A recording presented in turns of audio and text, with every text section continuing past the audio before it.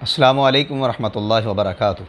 नाज़रीन, हज के मुताल्लिक़ हमारी गुफ्तगू जारी है और इस हवाले से सबसे पहली और बुनियादी चीज़ जो होती है वो उम्रा की होती है।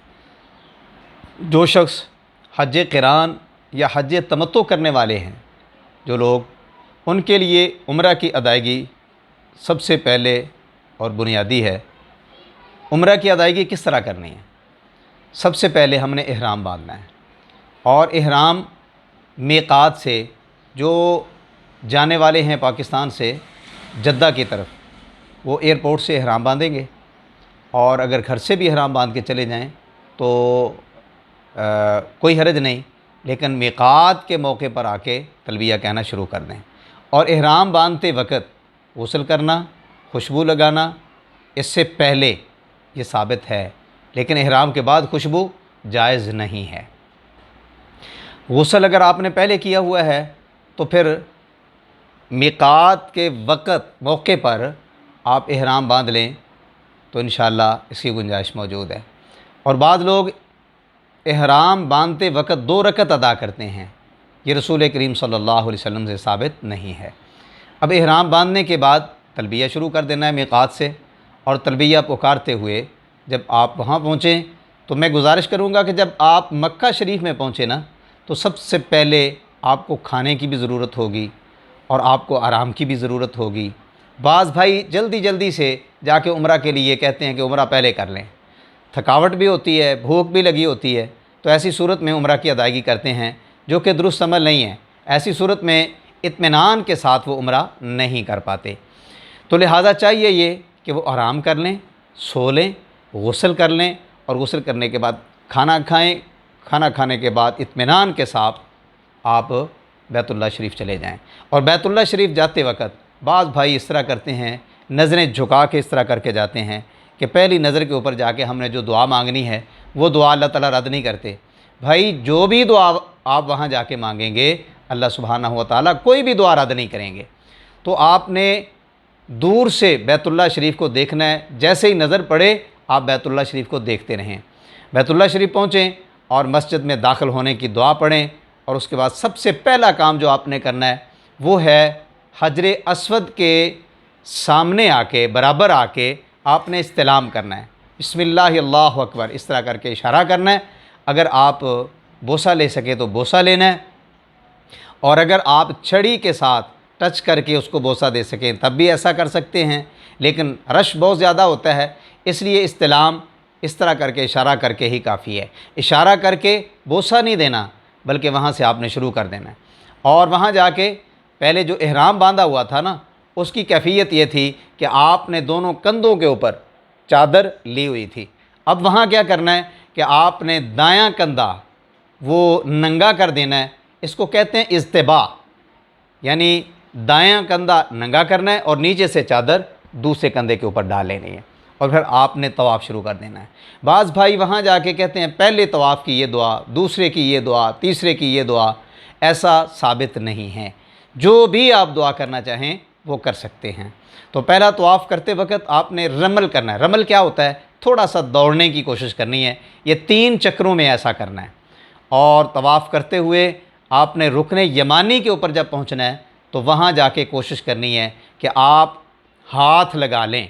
रुकने यमानी को हाथ लगाना रसूल करीम सल्लल्लाहु अलैहि वसल्लम की सुन्नत है, लेकिन चूमना नहीं उस जगह को। बाज़ भाई वहाँ चूमना शुरू हो जाते हैं और बाज़ को गलत फहमी होती है कि शायद हजरे अस्वद ये है, तो वहाँ जाके आपने हाथ लगाना है और फिर आगे चलना है। रुकने यमानी से लेकर हजरे अस्वद तक का जो सफ़र है ना, इस दौरान एक दुआ साबित है रसूल करीम सल्लल्लाहु अलैहि वसल्लम से, और वो दुआ क्या है? रब्बना आतिना फिद दुनिया हसनतम व फिल आखिरती हसनतम व क़िना अज़ाबन्नार। ये दुआ सिखलाई है आपने। और पहले 3 चक्रों में, जिस तरह मैंने पहले गुजारिश की, रमल है, और फिर बाकी 4 चक्कर पूरे करने हैं। हाँ, इन चक्रों के दौरान अगर वज़ू टूट गया है तो फिर आप चले जाएं, दोबारा से वज़ू करें और वहीं से चक्कर स्टार्ट कर दें जहाँ से आपने ख़त्म किया था।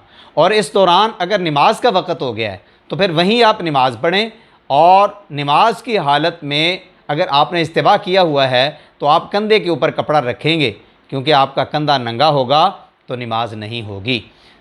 जब आप नमाज से फ़ारिग हो जाएं तो फिर आप कंधे से कपड़ा उतार दें और उसी इस्तिवा की हालत में आप पहले 3 चक्कर अपना तवाफ़ के 7 चक्कर लगाएंगे। 7 चक्कर मुकम्मल करने के बाद आपने सीधा चले जाना है मुकाम इब्राहीम पर। अगर वहाँ जगह मिल जाए, उसके पीछे जिस जगह पर भी आपको मौका मिले, 2 रकत नमाज आपने अदा करनी है। और 2 रकत अदा करते वक़्त पहली रकत में कुल या अय्युहल काफ़िरून और दूसरी रकत में सूरह इखलास कुल हुवल्लाहु अहद पढ़नी है। और उसके बाद आपने दुआ करनी है और लंबी दुआ जो चाहें आप मांगें। और ये भी याद रहे कि तवाफ़ के दौरान आप जो भी दुआ मांगना चाहें वो मांग सकते हैं, ज़िक्र अज़कार कर सकते हैं, इसकी कोई पाबंदी नहीं है। और फिर मुकाम इब्राहीम पर रकतें पढ़ने के बाद आप ज़मज़म के कुएँ के पास जाएं और वहाँ जाके पानी पिएं और सर के ऊपर पानी डालें, सीने के ऊपर डालें, चेहरे के ऊपर डालें और फ्रेश हो जाएं। फिर सीधे चले जाएं इस्तिलाम करते हुए। याद रखें, फिर इस्तिलाम करना है हजर अस्वद का, बिस्मिल्लाह अल्लाहु अकबर कह के फिर चले जाना है आपने सीधे सफ़ा मरवा।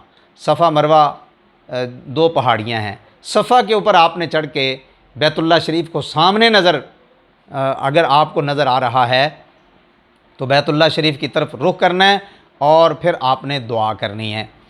कुछ कलिमात हैं वो पढ़ने हैं। इन्न सफ़ा वल मरवत मिन शाइरिल्लाह फमन हज्जल बैत अव इअतमर फला जुनाह अलैहि अन यतव्वफ़ बिहिमा वमन ततव्वा खैरन फ़इन्नल्लाह शाकिरुन अलीम।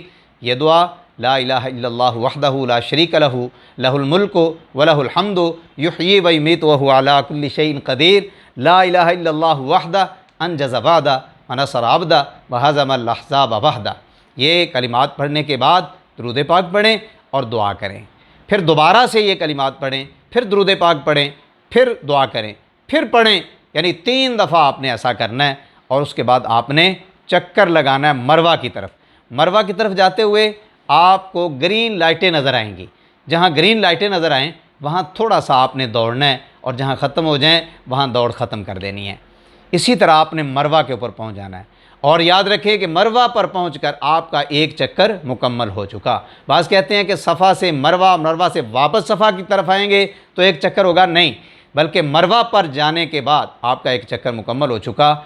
मरवा के ऊपर भी वही कुछ करना है जो आपने सफ़ा के ऊपर किया था। फिर सफ़ा की तरफ आएंगे, फिर मरवा, और आखिरी चक्कर आपका मरवा के ऊपर पूरा होगा। और वहाँ ये दुआएँ करने के बाद आप आज़ाद हैं। बाल कटवाएँ और उसके बाद आप एहराम खोल दें, गुस्ल करें और एहराम खोल दें। ये है तरीका मुकम्मल उम्रा का। अस्सलामु अलैकुम व रहमतुल्लाहि व बरकातुहू।